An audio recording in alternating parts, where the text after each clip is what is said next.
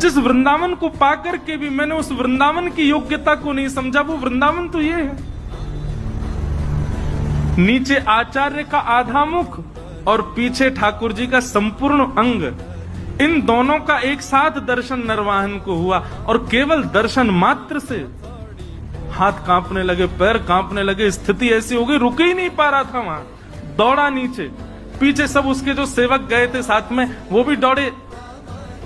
क्या हुआ, अब तो स्थिति बस कुछ समझ ही नहीं आ रहा है क्या स्थिति है।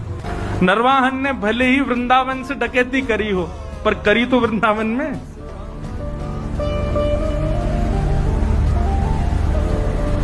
अब तो नरवाहन की स्थिति ये हो गई, तलवार वलवार तो सब दूर फेंक दी। विशाल स्वरूप था उसका, स्वरूप का वर्णन करते हैं कि देखते डर जाए आदमी, इतना खतरनाक था नरवाहन।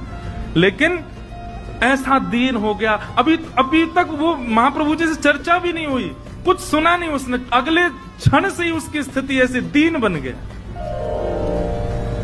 प्राण हरिवंश, जीवन हरिवंश, नित्य हरिवंश, हरिवंश हरिवंश हरिवंश हरिवंश, बस यही गाता रहता और लता कुंजों में पड़े पड़े रुदन करता रहता, अपने आप को कोसता।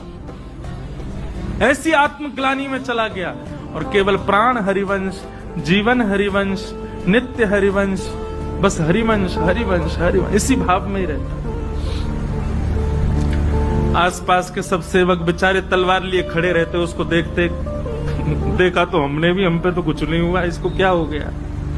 सरदार सरदार, उनको बोलो हरिवंश, गाओ हरिवंश, कहो हरिवंश, नाचो हरिवंश।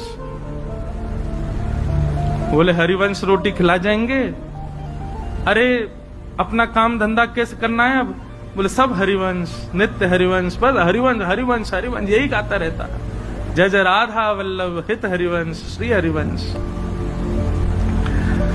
साथ के सब लोगों ने सोचा, बोले भैया ट्रेंड तो हम हो ही गए इनके संग रह के, अब इनको रहने दो, हरिवंश जी की तो हम चले अपना काम करें। उसी समय एक जैन व्यापारी आगरा से अपना कुछ सामान लेकर के बड़े जहाज में यमुना जी के रास्ते दिल्ली जा रहा था। तो नरवाहन के संग में रहने वाले सब लोगों ने योजना बनाई और उस जहाज को बीच में ही रोक लिया। उस जहाज पर भी करीब 200-250 लोग थे। उन सब लोगों ने मन में विचार किया, ये हमारा क्या बिगाड़ेंगे।